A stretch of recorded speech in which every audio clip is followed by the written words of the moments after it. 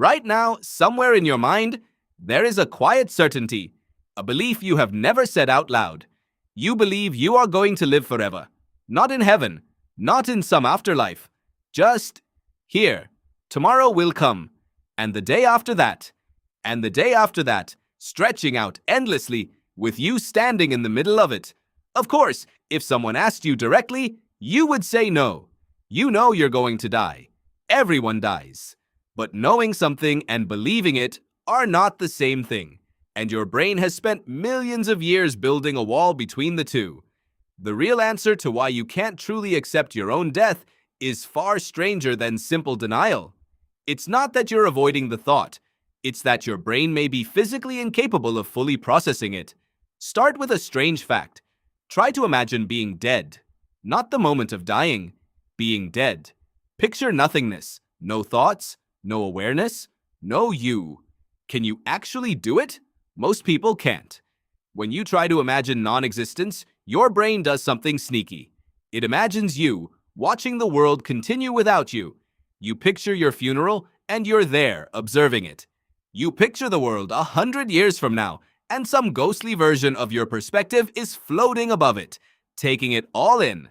This is called the simulation constraint, a term researchers use to describe the brain's failure to model true absence. Psychologist Jesse Bering ran studies asking people what happens to the mind after death. Even participants who said they were atheists, who insisted there was no afterlife, still attributed ongoing mental states to the dead. They'd say things like, the deceased person knows their son loved them, or they're at peace now. Knows. At peace. These are mental verbs. They imply a mind that is still running. Why would atheists, people who explicitly reject an afterlife, still describe the dead as having thoughts and feelings? Because the brain that generates your sense of self was never built to switch itself off in its own imagination. Think about what your brain actually is. It's a prediction machine. Every second, it's running simulations. What will happen if I take this step? What will that person say if I say this? Your brain models the future by inserting a version of you into it. That's how planning works. That's how memory works. That's how imagination works. The you is the constant. The scenario changes. But death isn't a scenario you're in. It's the deletion of the thing doing the imagining. And your brain has no module for that. It's like asking a calculator to compute what happens when the calculator is destroyed. The calculator can't represent its own absence using its own circuits. It can only ever output more calculations. This is sometimes called psychological immortality, and it's not a flaw, it's a feature. Here's where it gets stranger. In the 1970s, anthropologist Ernest Becker wrote a book called The Denial of Death, arguing that nearly all human behavior, our ambitions, our art, our religions, our nations, are elaborate defense mechanisms against the terror of mortality. Becker's idea sat quietly for years until a group of social psychologists decided to test it. Sheldon Solomon, Jeff Greenberg, and Tom Pischinsky developed what's now called terror management theory, and the experiments that followed are some of the most replicated in psychology. In one famous study, judges were asked to set bail for a prostitution case. Half the judges were first asked to write briefly about their own death. The other half were not. The judges, who had just been reminded of their mortality, set bail 9 times higher, on average, than the control group. 9 times higher, just from being asked to think for a moment about dying. The researchers called this mortality salience, and it doesn't just affect judges. It affects everyone. When people are subtly reminded of death, even through something as small as walking past a funeral home, they cling more tightly to their cultural identity. They become more nationalistic, more religious, more likely to punish people who are different from them, more likely to buy status symbols. It's as if the mind, confronted with its own end, reaches for anything that feels permanent. A nation will outlast you. A religion promises it will. A flag, a brand, a bloodline. These are all symbols of continuity, and your brain grabs onto them tighter the moment death becomes real, even for a second. Why would your brain respond to mortality with nationalism, consumerism, or religious fervor? What's the connection? Because all of these things offer a version of you that continues. Your name lives on. Your legacy lives on. Your group, Your nation, your bloodline, lives on. It's not literal immortality, but it's close enough to quiet the alarm. Now here's the twist that changes everything. This isn't a bug that evolution forgot to fix. It might be one of the most important features your species ever developed. Around 100,000 years ago, give or take, something happened in human cognition. We started burying our dead with objects, flowers, tools, ornaments. Evidence found at sites like Kafze in Israel and Sungir in Russia shows bodies arranged deliberately, decorated, treated with what looks unmistakably like ritual care. No other animal does this with such consistency. Elephants will linger near a dead companion. Chimpanzees show what looks like grief. But no other species builds elaborate, symbolic, repeated rituals around death. Around the same time in the archaeological record, we see an explosion of something else.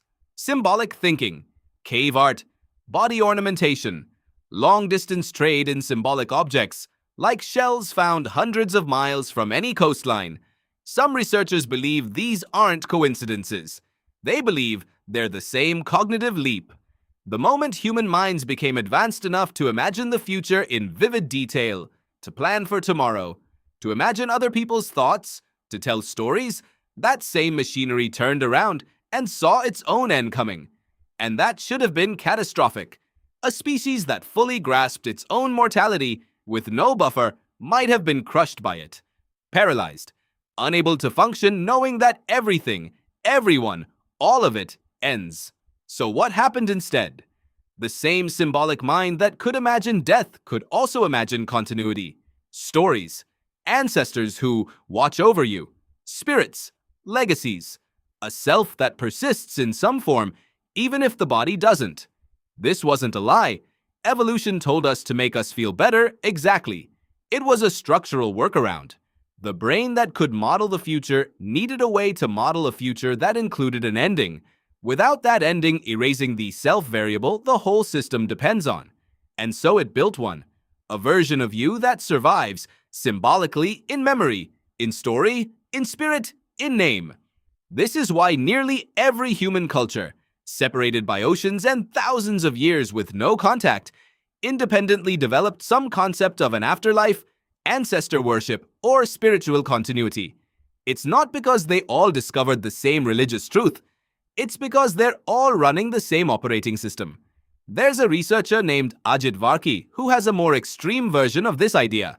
Varki, a biologist, proposed something called the mind-over-reality transition theory, suggesting that full awareness of mortality may have actually been a barrier that early hominins had to overcome before complex civilization could even begin.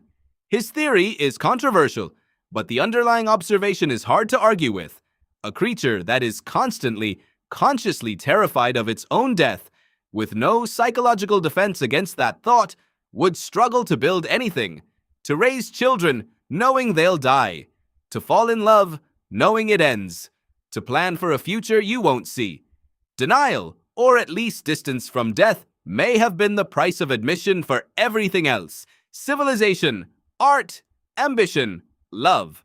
So when you can't quite picture your own non-existence, when part of you, even now, feels like it's just going to keep going, somehow, that's not you being naive. That's not you failing to grasp reality.